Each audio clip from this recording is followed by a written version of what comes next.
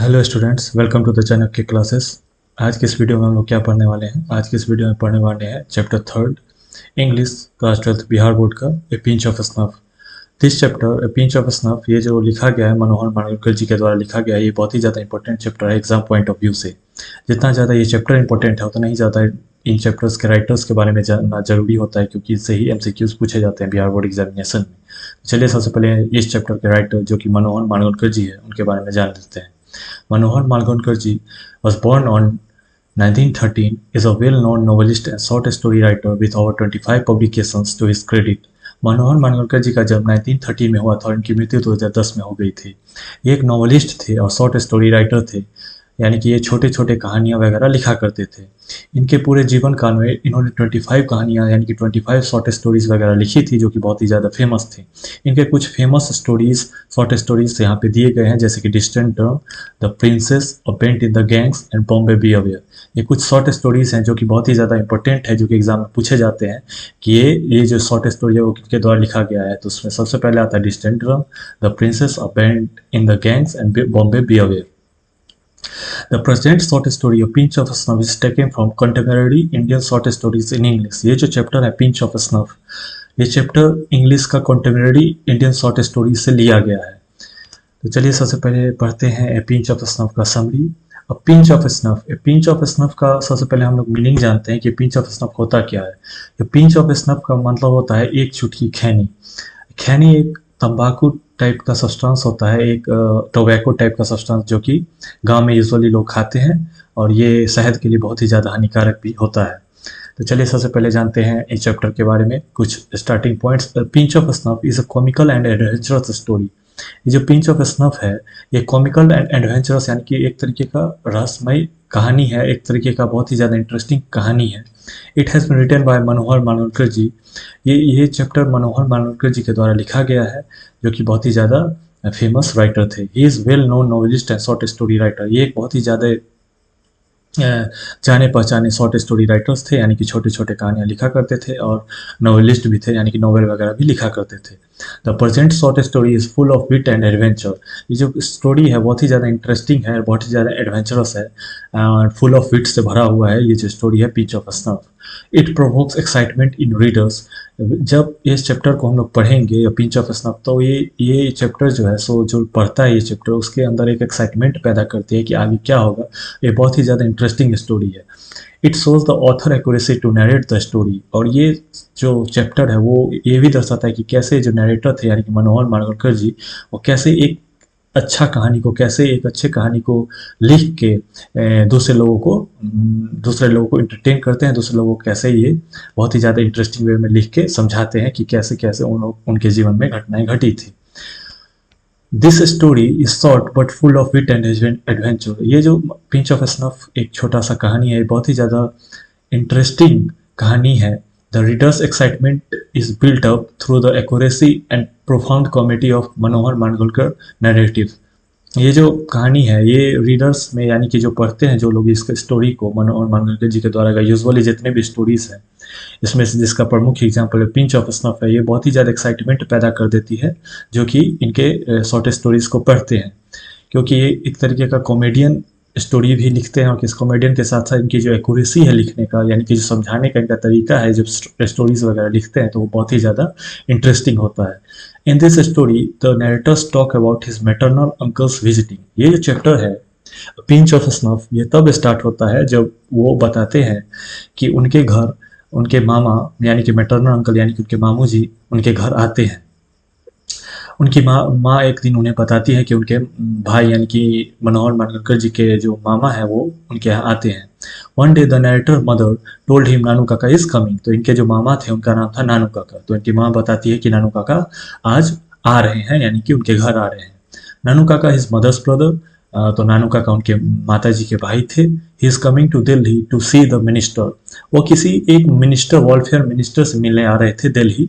तो मनोहर मालवणकर जी दिल्ली में ही रहते थे और उनके जो मामा थे वो दिल्ली आ रहे थे एक मिनिस्टर से मिलने, तो वहाँ आके मनोहर मालवणकर जी के घर पे ही रुकते। Listening this statement, the narrators become unhappy and requested his mother to make an excuse that he disliked guesting।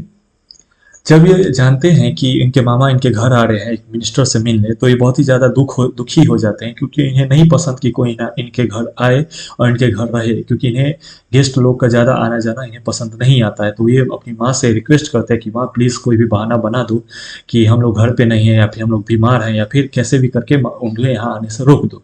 लेकिन वो रोकने के लिए माँ नहीं मानती है, क्योंकि वो उनके भाई थे और वो अपने भाई को बहुत ही ज़्यादा मानती भी थी। वो इसलिए उनकी मम्मी ने कभी उन्हें आने से नहीं रोका, ये इनके कितने भी मनाने के बावजूद भी। But his mother assures him that he may be coming and will stay for 2-3 days। और इनकी माँ इन्हें बताती है कि वो तो यहाँ आ ही रहे हैं, लेकिन आके यहाँ बस आके चले नहीं जाएंगे, वो यहाँ 2-3 दिन रुकेंगे भी। Then the narrators goes to station unwillingly। तब उन्हें उनकी माँ बोलती है कि जाओ स्टेशन से अपने मामा को पिक कर लो, यानी कि स्टेशन जाके अपने मामा को ले आओ, वो अपने घर पे उन्हें ले आओ। लेकिन वो नहीं जाना चाहते, लेकिन ना चाहते हुए के बावजूद भी वो जाते हैं। वो जाके अपने मामा को स्टेशन से पिक करते हैं, उन्हें वहाँ से लाते हैं। The narrator was under security on probation. तो यहाँ पे वो अपने जॉब के बारे में बताते हैं, नरेटर यानी कि मनोहर मालवीय जी अपने जॉब के बारे में बताते हैं कि वो अंडर सिक्योरिटी के जॉब पर थे, ऑन प्रोबेशन में। When the narrator reaches the station, he is surprised to see नानू काका। जब वो अपने स्टेशन पे पहुंचते हैं नानू काका को पिक करने के लिए, नानू काका को लेने के लिए, अपने मामा जी को लेने के लिए, तो बहुत ही ज़्यादा सरप्राइज हो जाते हैं, बहुत ही ज़्यादा आश्चर्यचकित हो जाते हैं नानू काका को देख के। क्यों आश्चर्यचकित होते हैं?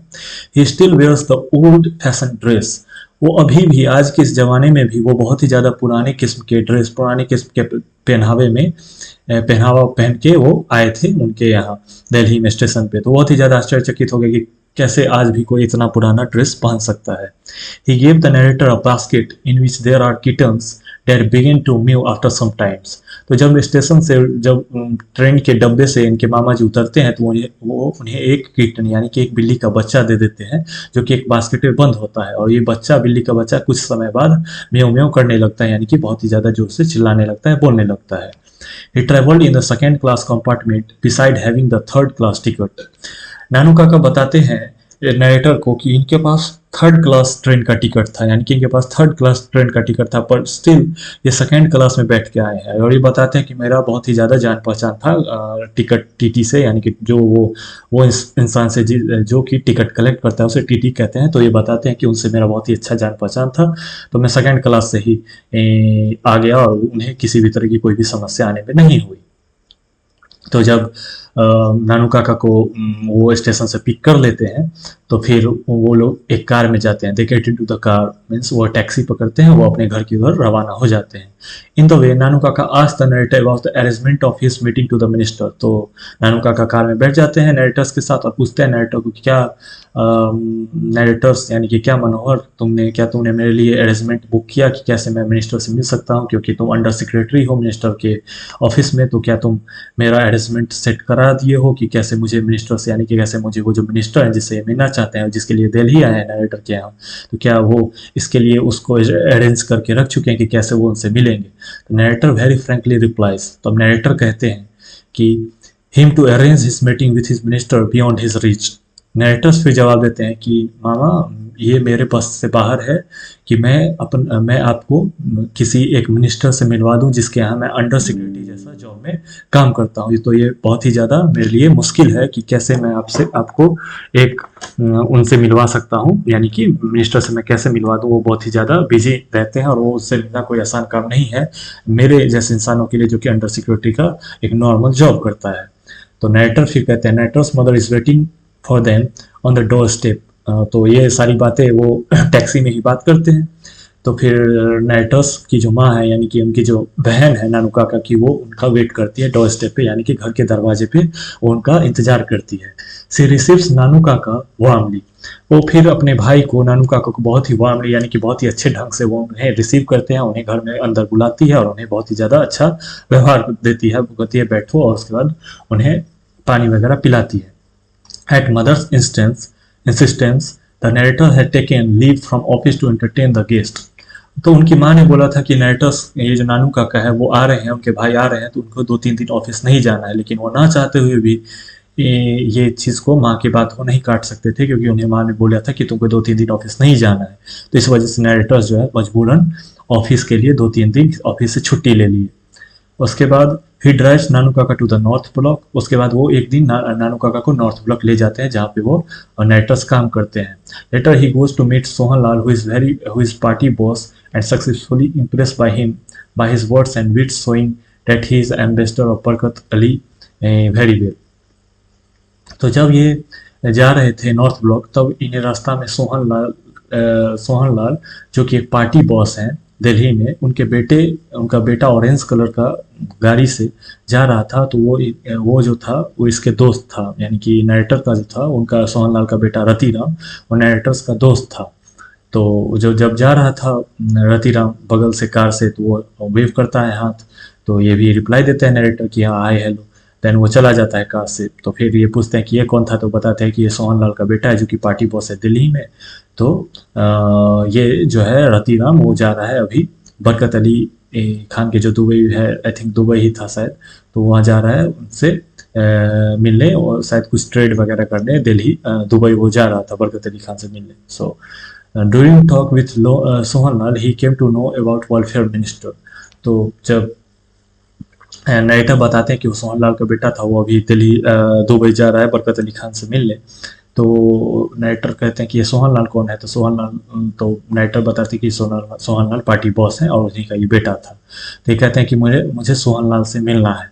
तो ये क्या करते हैं नरेटर्स की इन्हें सोहनलाल के यहाँ ले जाते हैं जो कि पार्टी बॉस है। तो ये सोहनलाल के यहाँ नानू काका जाते हैं और सोहनलाल के यहाँ जब बिल्डिंग में एंटर करते हैं तो उनका सिक्योरिटी इन्हें रोक देता है। उनका सिक्योरिटी इन्हें रोक के कहता है कि बाहर ही बैठो और तुम हो कौन। तो वो बताते हैं ऐसे ऐसे झूठ फूस कुछ कहानी मनगढ़ंत कहानी बता देते हैं कि मैं ये वो हूँ और मुझे सोहनलाल से मिलना है। तो ये एक चीज़ नोटिस की है नानू काका कि सोहनलाल चुपचाप वहाँ पे बैठ के और हुक्का पी रहे थे। तो जब जाने के वहाँ पे हुक्का पी रहे थे तो ये जान गए कि सोहनलाल अभी बहुत फ्री हैं। तो ये क्या किए कि ये कुछ मनगढ़ंत कहानी बताने लगे कि ये बरकत अली खान को जानते हैं ये वो। तो बरकत अली खान को जानते हैं। तो उसके बाद सोहनलाल आते हैं बाहर और कहते हैं अरे अरे आप जानते हैं बरकत अली खान को। तो उसके बाद जो है इनके बीच में बातचीत होती है।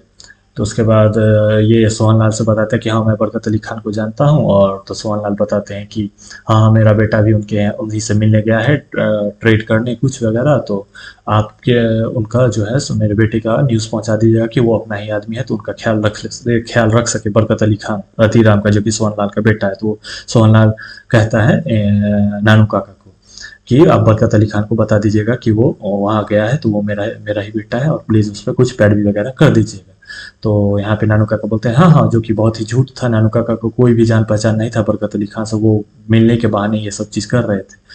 तो बरकत अली खान के बारे में तो मुझे कुछ नहीं मालूम था, लेकिन वो फिर भी कहता है हाँ हाँ मैं कर दूंगा, मैं अरेंज कर दूंगा, आप टेंशन मत लो।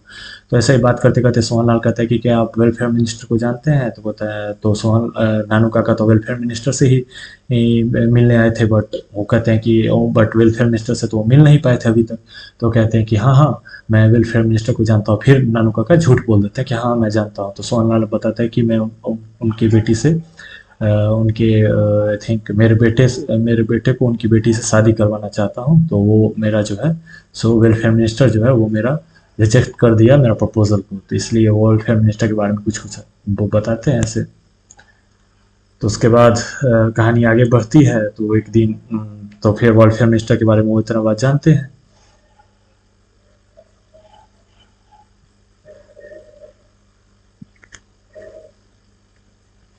तो वेलफेयर मिनिस्टर के बारे में वो जानते हैं, जैसे कि यहाँ पे लिखा भी है also he knew that Sohanlal wanted his son to get married with welfare minister's daughter but the minister refuses. तो वहाँ पे बोलते हैं कि सोहनलाल की वो जो है वेलफेयर मिनिस्टर वो अपनी जो बेटी है उसका शादी किसी बड़े महाराजा के घर पे करना चाहता है। वो मेरा बेटा का जो रिश्ता है वो उसे ठुकरा दिए हैं। तो वो उससे कुछ शिकायत वगैरह भी करते हैं वेलफेयर मिनिस्टर का। और वो सोहनलाल ही उन्हें बताते हैं कि वो अपना कोई भी बड़ा ही बहुत ही ज़्यादा बड़ा राजा महाराजा के बेटे से शादी करना चाहता है। तो वही बोलते हैं कि सोहनलाल की कौन सा इस ज़माने में कौन होगा जो कि मेरा बेटा जो दुबई जा रहा है बरकत अली खान जो कि आई थिंक ब्रांड एम्बेसडर है उनके यहाँ काम करने, और वो वहाँ नहीं काम करके वहाँ मेरे बेटे से शादी नहीं करके एक राजा महाराजा वाले खानदान में शादी करना चाहते हो। कितना मूर्ख है वेलफेयर मिनिस्टर। तो ऐसे ही बातचीत होता है। उसके बाद नानू काका वहाँ से चले जाते हैं। और उसके बाद नानू काका क्या करते हैं, नानू काका बोलते हैं नरेटर को कि चलो अगले दिन वेलफेयर मिनिस्टर से मिलना है और एक अच्छा कार ले लो क्योंकि ये कार बहुत ही ज़्यादा घटिया है। और इस कार की वजह से ही सोहन लाल के जो सेक्रेटरी था वो मुझे अंदर नहीं जाने दे रहा था। तो कार का एक अरेंज करते हैं, भाड़ा पे कार लाते हैं और उसके बाद जाते हैं वेलफेयर मिनिस्टर से मिलने। वेलफेयर मिनिस्टर के यहाँ जब ये जाते हैं, on the other hand the welfare minister fix daughter married to the prince of Ninaur. एक निनौर के जो महाराज थे, राजकुमार थे, उससे अपनी बेटी का निकाह शादी तय कर देते हैं। और सोहन लाल के बेटे से शादी नहीं करते हैं, जो कि जैसा कि मैंने आपको पहले ही बता दिया था। Now Nanu Kaka want to meet the welfare minister to in the guise of hereditary astrologer of Maharaja of Ninnaur and he mention it on the visitors book. तो जब ये गाड़ी लेके नानू काका मिनिस्टर के यहाँ जाते हैं और मिनिस्टर के यहाँ बहुत ही स्टाइलिश वे में जाते हैं। ये कहते हैं कि मैं जो राजा था, राजकुमार है, प्रिंस ऑफ निन्नौर है, प्रिंस ऑफ निन्नौर उनके जो राजा हैं वो मुझे भेजे हैं यहाँ पे शादी का दिन दिखवाने के लिए और मैं उनका एक खानदानी पंडित हूँ। ये कह के वो वेलफेयर मिनिस्टर के अंदर घुस जाते हैं और वो अपने आप को उनके जो विजिटर बुक है उसमें ये नाम लिखवा देते हैं कि मैं जो है एस्ट्रोलॉजर था और मैं हेरिडेटरी एस्ट्रोलॉजर और पंडित हूँ, जो कि मैं राजा के खानदान से आता हूँ। क्योंकि उन्हें पता था कि ये अपने बेटे का ब्याह उस राजे के महाराजे से, वो राजकुमार से करना चाहते हैं, तो ये झूठ बोल के वहाँ भी घुस गए कि मैं उसी खानदान का पंडित हूँ। और इन्हें ये सब बात पता चला था कि वो एक अपने महाराजा का वो अपने राजकुमार का शादी करना चाहते हैं वेलफेयर मिनिस्टर राजकुमार से, राजकुमार निरनौर से। ये सारी बातें उन्हें सोहन लाल ने बताई थी, तो इसका यहाँ पे वो यूज भी कर लेते हैं। तो उसके बाद विजिटर्स बुक में लिखा के ये थोड़ा जोर से कहते हैं कि हाँ चलो गाड़ी लेके अब मेरे अपने घर जाना, मुझे लेट हो रहा है। तो यहाँ पे सब लोग देखा कि अच्छा हाँ ये सही में पंडित हैं। तो उसके बाद ये चले जाते हैं अपने घर। तो जब घर आते हैं तो जब वहाँ के राजा आते हैं निन्नौर के, वहाँ पे जब वेलफेयर मिनिस्टर आते हैं तो वो देखते हैं कि ये तो निन्नौर के जो राजा हैं उनके पंडित मेरे यहाँ आए थे और उनसे तो मुझे मिलना था बट मैं नहीं मिल पाया। तो वो जो विजिटर बुक में जहाँ पे नानू काका ने अपना नाम दिया था उसमें एक एड्रेस दे दिए थे, नरेटर के घर का ही एड्रेस दे दिए थे। तो ये जो वेलफेयर मिनिस्टर वो दौड़ते हुए नरेटर्स के घर पे चले आते हैं और उनसे मिलते कि हाँ पंडित जी मुझे दिन दिखवाना है कि कैसे शादी होगा, दिस दैट। तो इसके बाद नरेटर्स यहाँ पे शॉक्ड हो जाते हैं कि जिससे इनको मिलना था वो इनके घर पे चला आया और नानू काका कितने तेज और कितने हाई आईक्यू लेवल के इंसान हैं। तो इससे बहुत ही ज़्यादा शॉक्ड हो गए और उन्हें ये भी लगा कि अगर फ्यूचर में कभी पता भी चल जाता है वेलफेयर मिनिस्टर को कि ये सही में पंडित नहीं है, वहाँ के निन्नौर के जो राजा के परिवार है उसका, जो अगर ये खानदानी पंडित नहीं भी है तो उनका इतना भरोसा है कि नानू काका फिर से कोई आलतू फालतू कहानी बना के, अच्छा खासा बहाना बना के उन्हें मना लेंगे कि वो सही है और जो सुना है वो गलत है। तो यहीं पे वो स्टोरी खत्म होती है और नरेटर बहुत ही ज़्यादा शॉक्ड हो जाता है अपने नानू काका को देख कि कैसे उन्हें वेलफेयर मिनिस्टर से मिलना था और वेलफेयर मिनिस्टर को वो अपने से मिलने से मजबूर करती है। और उसके बाद वो मिल भी लिए और उनकी माँ जैसे कि उन्हें बताई थी कि हाँ एक वो अगर मिलने यहाँ आ रहे हैं तो जैसे तैसे मिल ही लेंगे, और जो कि प्रूफ भी हो गया कि वो कितना तेज तर्रार आदमी है और कैसे वो उनसे मिल लिए। Finally this is the fantastic creation of Manohar Malgonkar where he has beautifully presented the characters. तो आप इससे ये जान सकते हैं कि कैसे मनोहर मालगुड़कर जी थे वो बहुत ही अच्छे ढंग से इस चैप्टर को लिखे, समझाए और कैसे उन्होंने अपने मामा का एक ब्यूटीफुल कहानी जो कि उनके साथ घटा था वो उन्हें हम लोग को लिख के बताए, ये पिंच ऑफ स्नफ कहानी। It really leaves a genuine fresh touch on readers, thus we can say this story is very interesting. ये बहुत ही ज़्यादा इंटरेस्टिंग स्टोरी था जैसा कि हम लोग को पढ़ के पता चला। मैं उम्मीद करता हूँ कि आप लोग को ये चैप्टर अच्छे ढंग से समझ में आई होगी और अगर ये चैप्टर आपको समझ में आए तो प्लीज़ मेरे चैनल को सब्सक्राइब कर दीजिएगा और बेल आइकन को प्रेस कर दीजिएगा। Thank you so much.